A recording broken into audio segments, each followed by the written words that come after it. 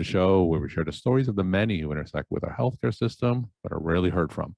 My name is Kevin Pho, founder and editor of KevinMD. Today in the show, we have Linda Bluestein and Lauren Vasko. Linda is an integrative medicine physician. Lauren is a patient advocate.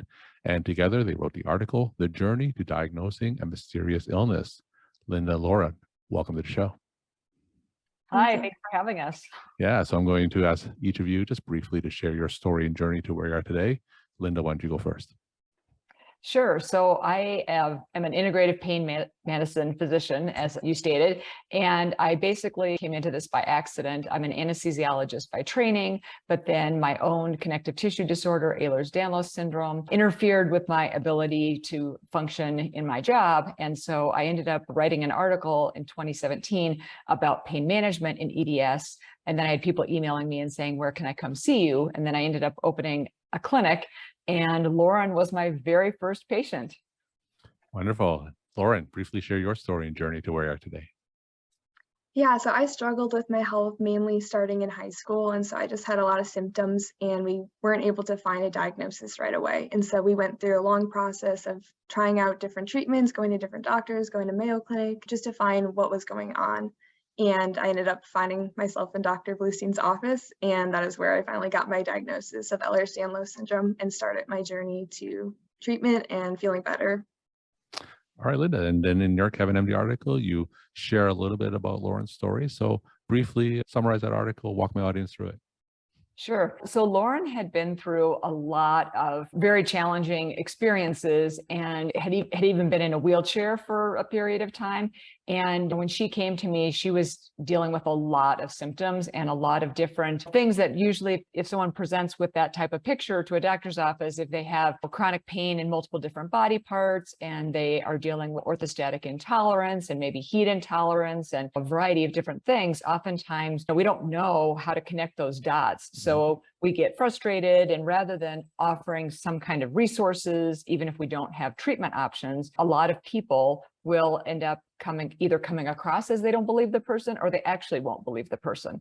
And it sounds like that's what happened a lot in Lauren's case. Of course, I can't really speak so much to what happened before she came to see me as much as what I can say about after she came to see me. And we've been working together since 2017, not so much recently because she's doing so well, but she really had struggled with a lot of different symptoms and a lot of different impairments in just day-to-day tasks and things like that. And she's a testament to what can be accomplished if are able to work really hard at the different treatment options and put things together in a meaningful way. And some people can really make some improvements.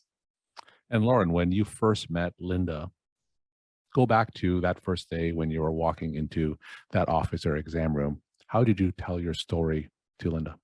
We started with just going through the history. I think the first question was like, tell me your history and how it first started with all my symptoms. And it was just going through all the challenges we had and going through a lot of the symptoms and where I was at then. So tell us what you were feeling. Tell us what you said that day. I mean, I was at a low place, I would say in general, and was really struggling. And this was like I don't know, last resort. We just really had no idea what else to do. I don't think I was in school at that point or was missing a lot of school. And so just to have another person to try out and see if they would provide any answers was just a huge sense of hope. And it ended up being a huge relief once we were able to find what was going on and get treatments and everything. And give us a sense of how many clinics have you gone to? How many clinicians have you seen? How many medical institutions did you go to before seeing Linda?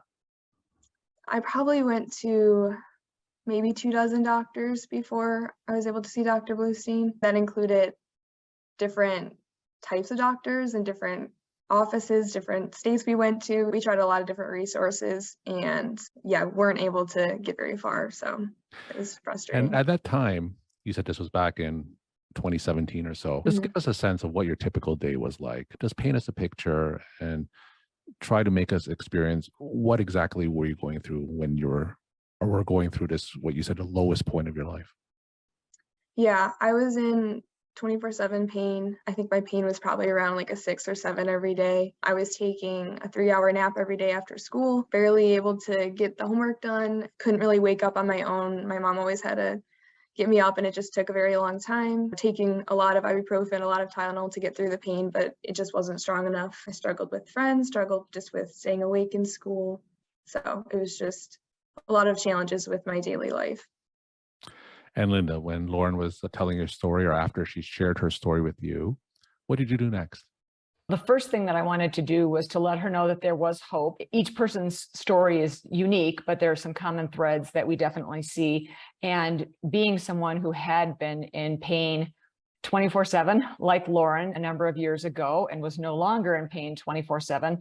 I call that pain brain, where you can't let go of it even for 5 minutes. It just is there, and it just pervades every fiber of your being. And so I really wanted her to know that there was hope, and that I was not going to give up on her, and that I had some ideas as to an initial treatment plan, initial places to start, but that we would work together, and that it would be a process, and likely it would take a while. So patience was a very important feature, and then also follow-up appointments and things like that. And she was extremely good about following up, and she was extremely good about communicating and things like that. So that really made things a lot easier in working with Lauren and her family.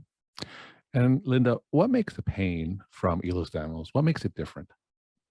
Most people who have Ehlers-Danlos have all the types of pain. So they have nociceptive pain from actual or potential tissue trauma. So that could be from subluxations, dislocations, tendinopathy, a variety of different things that people with Ehlers-Danlos have. They have a connective tissue disorder, they have joint instability or joint laxity, and so they end up having pain or triggers from those types of joint problems and connective tissue, soft tissue problems. Then they can also have neuropathic pain, so pain from within the nervous system, and that can be related to thoracic outlet syndrome, carpal tunnel. It can be a variety of compressive type neuropathies, small fiber neuropathy, things like that. A lot of those are more common in people with Ehlers-Danlos than in the general population. And then nociplastic pain is extremely common. So I do central sensitization inventory questionnaires and a variety of different questionnaires. I do PTSD questionnaires, anxiety, depression, a bunch of different things to really try to help put the whole picture together, because those things are very common in people that are in chronic pain when you're in pain all the time. So people with Ehlers-Danlos very commonly have all three types of pain. And the pain triggers, the nociceptive pain triggers, getting that input into the nervous system just really helps to set in that nociplastic pain, or that pain that comes from dysfunction of the nervous system. So when someone comes in and they say they have pain everywhere, which I literally have had, I had an 11-year-old come in with pain everywhere. And fortunately, I had mom as a patient recently, and she said, he's like a normal kid in school now. But a lot of people, I think, they have pain everywhere, so therefore they need opioids or something like that. And that's usually not the answer. That may be a very unpopular thing to say with some people, but unfortunately, opioids can sensitize the nervous system. They can cause mast cell degranulation and can actually make things worse, not better. So Lauren, talk about your treatment journey over the years that you had with Linda. I think the biggest thing with treatment with Dr. Bluestein versus treatment with any other doctor was she was finding the root cause of every symptom I had and treating it in more of a holistic approach, like she mentioned. And I never felt like there was a dead end to our treatments. If we tried this medicine and it didn't work, we would move on to the next one. And just so many different options beyond just medicines that we tried that were really made a huge difference in my treatment and just my recovery. And Lauren, what's your life like today?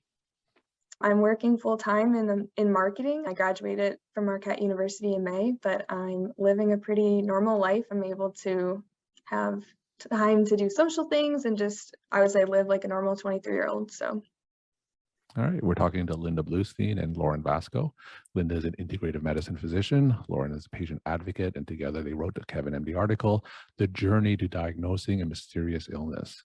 Now I'm going to ask each of you just your take-home messages to the KevinMD audience. Lauren, I'm going to have you go first. I would just say that if you're a patient, to keep fighting, be persistent in your treatment. You're your best advocate and your body the best. And so keep being persistent with doctors and just find supportive friends, family, people online that can just join you in your journey.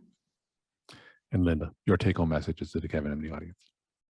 I would love for all the clinicians to know that if somebody comes to you and they have symptoms in a variety of different body parts and you can't connect the issues. There's a saying, if you can't connect the issues, think connective tissues. And I think that's the simplest way to remember that connective tissues are present everywhere in the body.